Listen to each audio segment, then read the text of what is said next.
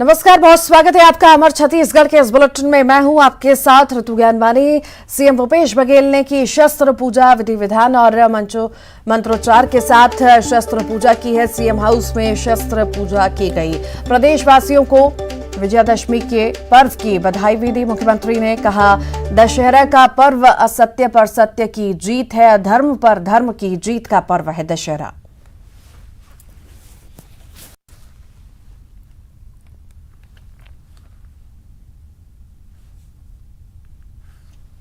रायपुर की तस्वीरें हैं। मुख्यमंत्री भूपेश बघेल ने पूजा अर्चना की है दशहरा के पर्व पर और असत्य पर सत्य की जीत उन्होंने कहा, और सभी प्रदेशवासियों को दशहरा के पर्व की शुभकामनाएं मुख्यमंत्री ने दी है।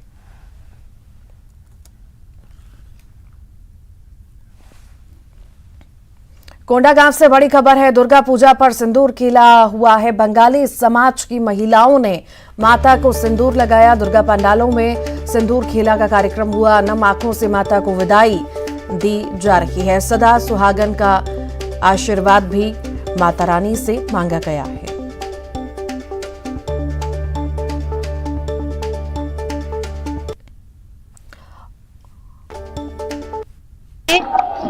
पूजा में थोड़ा धीमी गति आ गई थी, लेकिन इस साल फिर से कोविड जो जैसे ही खत्म हुआ, फिर से हर्ष उल्लास के साथ फिर दुर्गा उत्सव मनाया जा रहा है। और आज दशमी के दिन हम सभी एकत्रित हुए हैं, एक दूसरे को सिंदूर लगा रहे हैं, बांट रहे हैं, पति के लंबी आयु की कामना कर रहे हैं। हम अपने सुहाग के लंबी उम्र के लिए एक दूसरे के साथ सिंदूर खेलते हैं, एक दूसरे को आलता सिंदूर बांटते भी है। महिलाओं को हम एक दूसरे सभी सुहागनों को बांटते हैं और फिर गले मिलते हैं, एक दूसरे को मिठाई खिलाते हैं।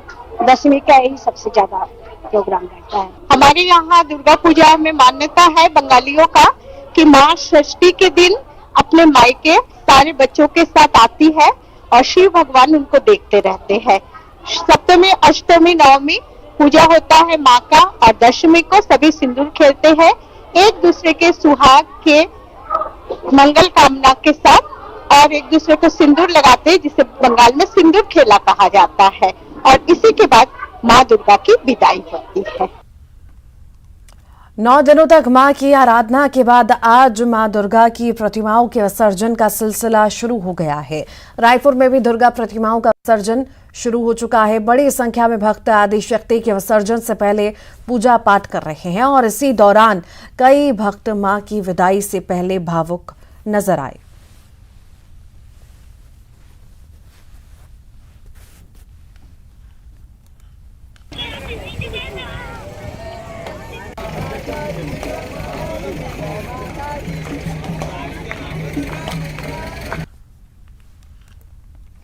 आदिशक्ति मां दुर्गा की 9 दिनों की आराधना के बाद रायपुर में अब माता का विसर्जन किया जा रहा है।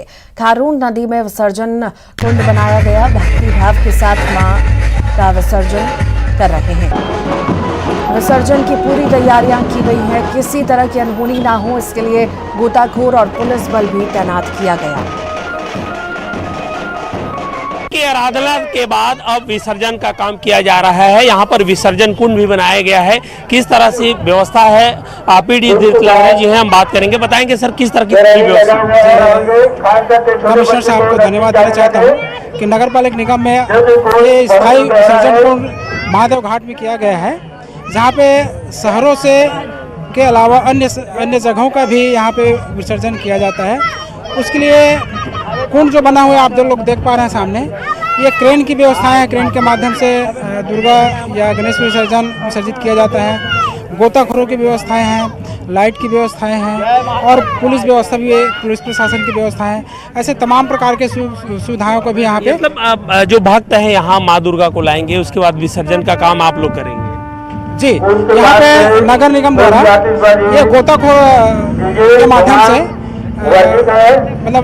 गोताखोर के माध्यम से विसर्जित किया जाता है। विशाल कुंड बनाया गया है, बाकायदा यहाँ पर नाविक भी है, गोताखोर भी की व्यवस्था यहाँ पर की गई है। हालांकि पूरी सुरक्षा को ध्यान में रखते हुए यहाँ पर माता की जो प्रतिमा है उसको विसर्जित किया जा रहा है।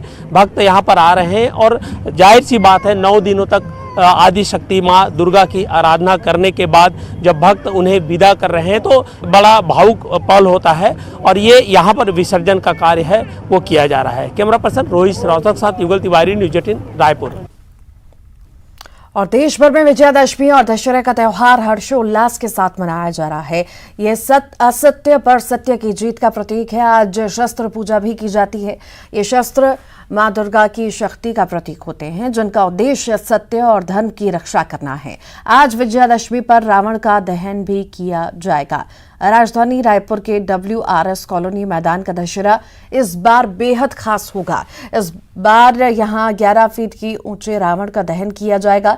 रामायण सीरियल के लोकप्रिय कलाकार अरुण गोविल और दीपिका चिखलिया कार्यक्रम में विशेष अतिथि के तौर पर शामिल होंगे। सीएम भूपेश बघेल भी कार्यक्रम में शामिल होंगे। इसके अलावा सीएम कुम्हारी महामाया मंदिर प्रांगण में आयोजित दशहरा उत्सव में शामिल होंगे।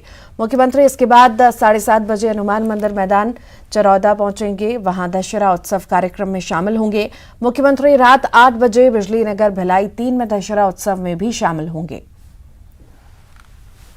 राजधानी रायपुर के WRS कॉलोनी में छत्तीसगढ़ का सबसे बड़ा रावण का जो पुतला है वो दहन के लिए तैयार है। यहाँ पर आप देख सकते हैं कि कितना भव्य जो पुतला है वो तैयार किया गया है। ये जो है वो सिर का हिस्सा है, दशानन रावण को कहते हैं। तो 10 सिर आप देख सकते हैं और काफ़ी आकर्षक तरीके से तैयार किया गया है। खासतौर पर अगर हम बात करें तो यहाँ के जो WRS कॉलोनी के रेलवे कॉलोनी के जो स्थानीय लोग हैं वही इसे तैयार करते हैं। करीबन 53 साल हो गए हैं। 3 क्रेन हैं और बड़ी क्रेन से इनका मैंने एक पार्ट जोड़ दिए हैं और इनका आखिरी में सर ऊपर लगा दिया जाएगा। आप कितने साल के हैं? 80 साल के करीब हैं। आप 80 साल के हैं। तो आप देख सकते हैं कि 80 साल के हैं और इन्हीं के पूरे नेतृत्व में ये पूरा जो दशहरा उत्सव मनाया जाता है। रावण कैसे तैयार किया जाता है ये जो है वो लुम्बा जी एक तरह से क्या डायरेक्शन देते हैं। इसके साथ ही हम बाहर आते हैं, आपको दिखाते हैं कि ये तो हो गया। इसके साथ कुंभकर्ण और मेघनाथ के जो पुतले हैं वो भी यहाँ पर तैयार किए गए हैं। जो 80-80 फीट के मेघनाथ और कुंभकर्ण के जो पुतले हैं वो भी यहाँ पर तैयार है और इनका भी दहन किया जाएगा। कोरोना काल के चलते उस तरीके से दशहरा उत्सव नहीं मनाया जा सक रहा था, लेकिन अब इस बार जो दशहरा उत्सव मनाया जाएगा वो काफी भव्य मनाया जाएगा। शाम को यहाँ पर रावण दहन किया जाएगा। इस बार एक अट्रैक्शन ये भी है कि दीपिका चिखलिया और अरुण गोविल यहाँ पर आएंगे और वो उनको एक रथ के जरिए यहाँ पर ये पूरे मैदान में वो दर्शकों का अभिवादन स्वीकार करेंगे। रामायण में जिस तरीके से पोशाक उन्होंने पहनी थी, जो वेशभूषा थी, वो यहाँ पर वो दिखाई देगी। तो वो भी अपने आप में अट्रैक्शन का केंद्र है और जो आतिशबाजी होती है वो अपने आप में अट्रैक्शन का केंद्र है। सब मिलकर इसे तैयार करते हैं और पीढ़ियों की परंपरा को भी एक तरह से कहें कि इसको और पीढ़ियों की जिम्मेदारी को भी वो संजोए हुए हैं। कैमरा पर्सन राजन के साथ ममता लांजेवार, न्यूज़ 18 छत्तीसगढ़, रायपुर। रायपुर से बड़ी खबर है। कौशल्या माता मंदिर में अरुण गोविल और दीपिका पहुंचे हैं। माता कौशल्या के दर्शन किए। आपको बता दें कि WRS दशहरा मैदान में आयोजित कार्यक्रम में शामिल होंगे और रावण दहन कार्यक्रम में शामिल होंगे। सीएम भूपेश बघेल भी कार्यक्रम में शामिल होने पहुंचेंगे।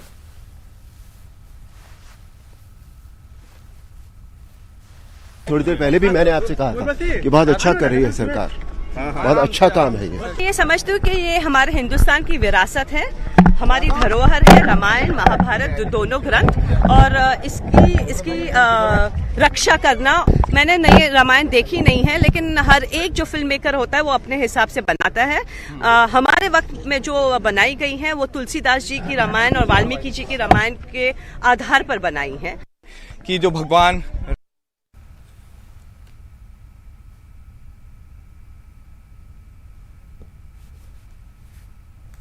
और ज्यादा जानकारी के लिए देवव्रत भगत हमारे साथ जुड़ गए हैं। देवव्रत, दशहरा आज खास होने वाला है रायपुर का।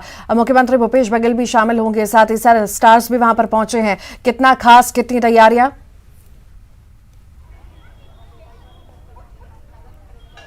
जी, हर साल जो है रायपुर का WRS कॉलोनी मैदान, जहां पर सबसे बड़ा रावण दहन होता है, खास तैयारियां यहां पर की गई है। हर साल जो रावण की ऊंचाई है वो लगातार बढ़ती जाती है। इस साल 111 फीट का जो रावण है वो वहां दहन किया जाएगा। मुख्यमंत्री भूपेश बघेल तो मौजूद रहेंगे ही, साथ ही साथ रामायण का किरदार निभाने वाले अरुण गोविल और दीपिका चिखलिया भी आकर्षण का केंद्र रहेंगे और एक तरह से रथ में बैठा करके लोगों का अभिवादन यहाँ पर स्वीकार करेंगे। तो पूरी तैयारी यहाँ पर कर ली गई है। आज चंदखुरी के मंदिर का उन्होंने दर्शन भी किया। किया है। इस वक्त राम के ननिहाल में ही हम मौजूद हैं, चंदखुरी में मौजूद हैं और कुछ लोग भी हमारे साथ हैं, इनसे ही जान लेते हैं क्या कहेंगे। आज जो है चंदखुरी धाम में आप लोग पहुंचे हुए हैं और जिसको आपने पर्दे पर देखा वो भी आज दर्शन करने पहुंचे, अरुण गोविल और दीपिका। मैं रुपेंद्र कुमार बंजारी जो रायखेड़ा का रहने वाला हूं और यहां पर माता कौशल्या की माता के मंदिर के दर्शन के लिए आए थे और मैं सुना था कि यहां पे जो रामायण में श्री रामचंद्र जी और माता सीता का रोल निभाने वाले अरुण गोविल और दीपिका जी आए हैं, तो उन्हीं के हम दर्शन करने के लिए उतने दूर से हम लोग आए हैं और दर्शन हमको हुआ, ये हमारा बड़ा परम सौभाग्य। अब तक क्या आप लोगों ने भी टीवी पे देखा था उनको, सामने देख के कैसा लगा? सामने देख के बहुत अच्छा लगा। राम और सीता दोनों को देखा तो ऐसा लगा कि हम साक्षात भगवान के स्वयं दर्शन किए। अच्छा, अभी तक टीवी पे देखा था आप? हाँ, अभी तक से हम टीवी पे ये भक्ति भाव जो है वो अब भी लोगों के जहन में बसा हुआ है, क्योंकि सालों तक के रामायण जो सीरियल चला उसमें अरुण गोविल और दीपिका ने ही मुख्य भूमिका निभाई थी राम और सीता की, और जो लोगों के जहन में, लोगों के दिलों में अब भी बसे हुए हैं। और आज चंदखुरी का उन्होंने दर्शन किया, माता कौशल्या का दर्शन किया है और शाम को दशहरा उत्सव में शामिल होने जा रहे हैं। बहुत भव्य ये उत्सव होने वाला है, रंगीन आतिशबाजियां होंगी, मुंबई से कलाकार बुलाए गए हैं, विशेष रूप से मुंबई और कोलकाता के कलाकार, और साथ ही साथ विभिन्न सांस्कृतिक कार्यक्रम भी होंगे। अनुमान लगाया जा रहा है कि तकरीबन 5 लाख की भीड़ जो है वो आने वाली है, लिहाजा सुरक्षा के भी चाक चौबंद जो इंतजामात हैं वो WRS कॉलोनी मैदान में किया गया है। तो कुल मिलाकर के इस बार का जो दशहरा उत्सव है वो बेहद खास होने वाला है, जिसकी पूरी तैयारियां लगभग कर ली गई हैं। जी ठीक, बहुत शुक्रिया देवराज जानकारी को साझा करने के लिए। और अब बात हिंदू और मुस्लिम परिवारों के सौहार्द की। रायपुर के बास्टल में सैकड़ों साल से रावण के पुतले तैयार होते हैं। दिलचस्प बात यह है कि हिंदू और मुस्लिम परिवार मिलकर रावण के पुतले तैयार करते हैं। इनमें ज्यादातर मुस्लिम परिवार के लोग होते हैं। घरों में महिलाएं और बच्चे भी रावण के पुतले तैयार करने में मदद करते हैं। रावण के पुतले बनाने में लगे लोग इस बार खुश हैं कि इस बार उनकी दिवाली बहुत अच्छी होगी। कारण पिछले 3 सालों से कोरोना के चलते यहां रौनक नहीं थी, लेकिन इस बार रिकॉर्ड तोड़ रावण के पुतले बिक रहे हैं।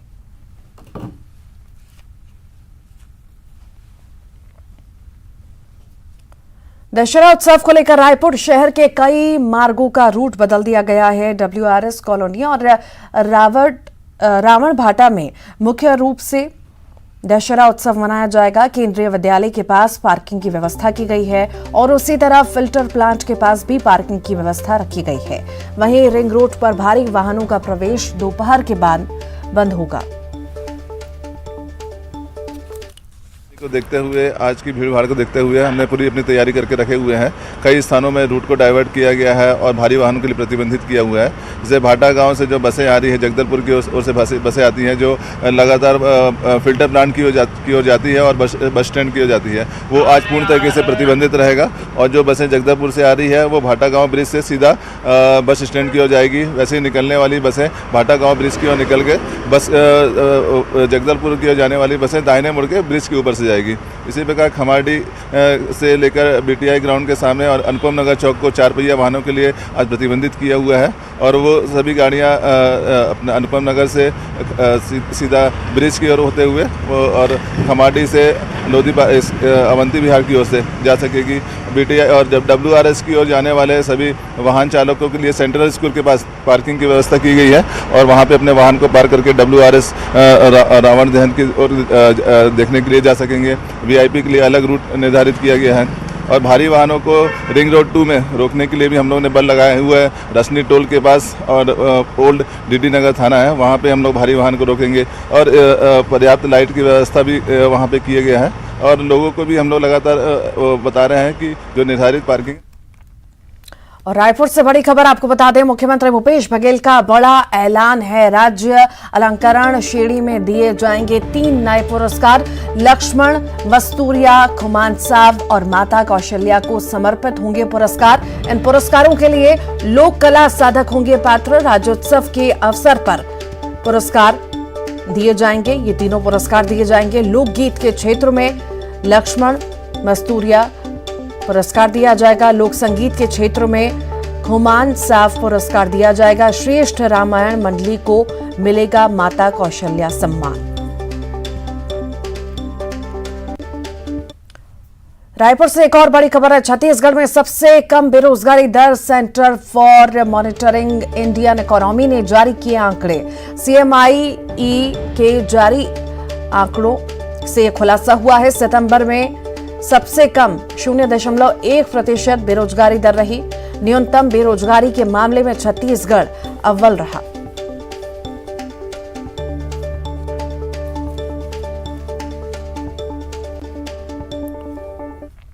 रायपुर से एक और बड़ी खबर है। गृह मंत्री ताम्रध्वज साहू को NCW नोटिस का मामला। अब राष्ट्रीय महिला आयोग के नोटिस पर कांग्रेस का जवाब है।